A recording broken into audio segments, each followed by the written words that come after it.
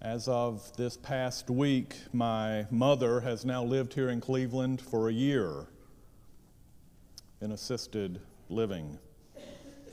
When we moved her to Cleveland about this time last year, we moved 60 years of history, had to decide what to keep, what could go, what could be taken to Goodwill, etc. 60 years of memories. In that process, I came across my high school annuals for the first time since I was in high school. I had not laid eyes on them. If you were to look at them, which they'll not be brought out in public, but if you were to look at them, you'd see me all over the baseball section in my heyday, at 175 pounds. You'll see me all over the football section. You'll see me in the wrestling section, but not in one honor society.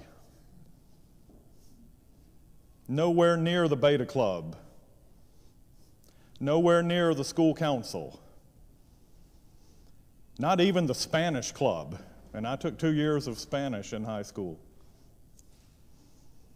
Not one honor society was I involved in or invited to join at that time in my life. We all know what the term late bloomer means. I'm one of them, academically. I sometimes refer to myself as the patron saint of late bloomers. And sometimes I can see potential in someone, and I try to draw it out of them. I try to give them confidence, because I once was a shell of the person that you all have come to know. I take encouraging people who are shy, not self-confident. I take encouragement of those people very seriously and try to show encouragement at every opportunity. When I think back to my high school days, I have really almost no memory of any academic work. I liked The Good Earth by Pearl S. Buck. I can remember reading The Good Earth when I was in high school. I don't really have a memory of ever doing homework. Seriously, there was no routine. There was no set-apart study time. I got by on my native intelligence. I just listened in class and would take the test, but I never did any homework. The only real good memory I have of high school academically was 11th grade English. I really liked our teacher, a woman named Blanche Hill. And Blanche Hill saw some potential in me. I heard regularly from my other teachers, "You don't apply yourself," and I saw that finger pointed at me. You don't apply yourself. Mrs. Hill took a different tack. She encouraged me, knew that I could do more than I was doing, and she, rather than accusingly pointing the finger at me, "You don't apply yourself," she in effect said, "I believe in you, and I know there's more in there than you're bringing to class." So to this day, when I'm writing a book, to this day, I follow Blanche Hill's method of note-taking to the letter. I use index cards just like she taught me to. I put the author's name in the upper left. I put the subject of the note in the upper right corner. Then I put the page number just below the author. And then I take the note. Exactly like Blanche Hill taught me when I was in the 11th grade. I'm bringing up these memories because Blanche Hill taught me the importance of a topic sentence. I can remember her to this day telling us, "You've got to get your reader's attention. The topic sentence is the most important sentence in the paper," she would say. And then she would say the topic sentence then led to the topic paragraph. The first paragraph of your paper is the most important because you've got to get your reader's attention. And she said, the reader needs to know where the paper's going. And then she would say, and you need to know where the paper's going. So the topic sentence, she would say, is for you, and then for your reader.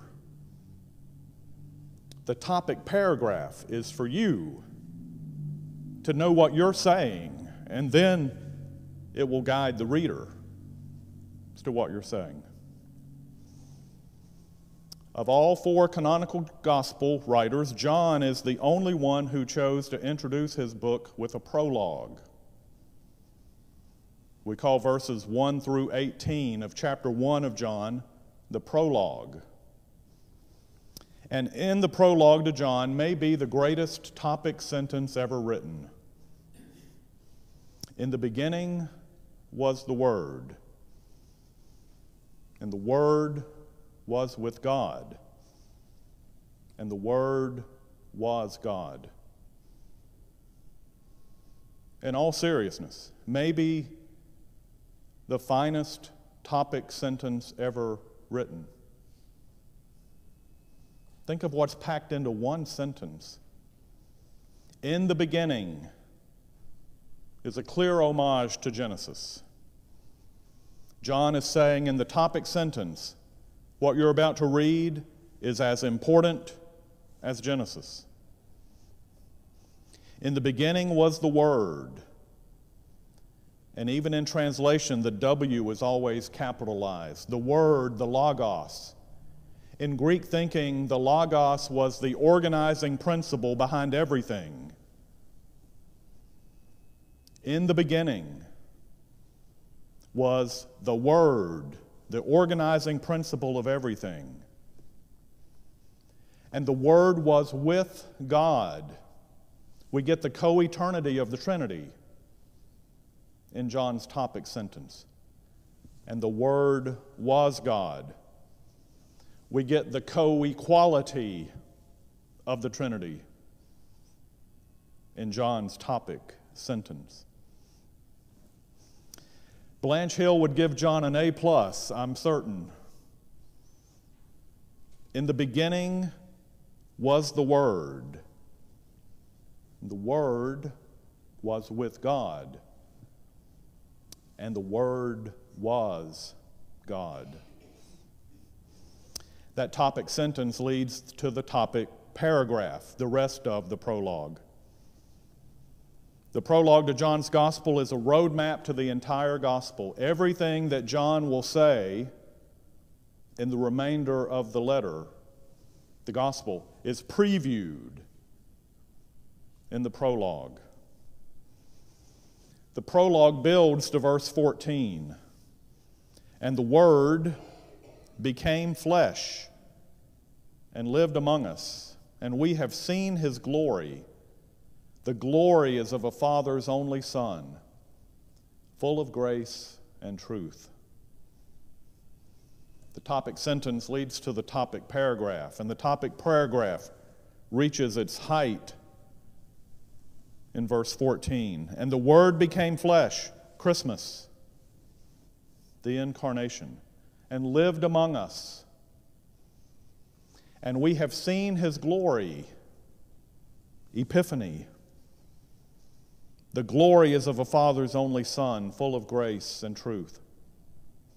It's no accident that we read the prologue in Christmas season. The lectionary tells us the importance of remembering every year at Christmas John's way of talking about who Jesus was and is. John gives us a prologue, not an infancy narrative, but this amazing introduction to his entire gospel. In the beginning was the Word, and the Word was with God, and the Word was God.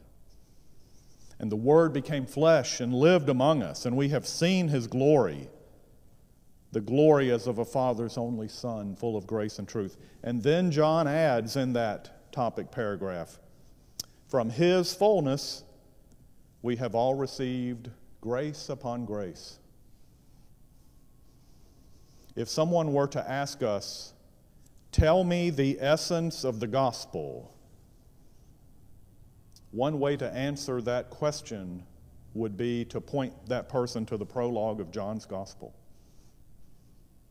18 verses that really tell us everything we need to know about who Jesus was and is.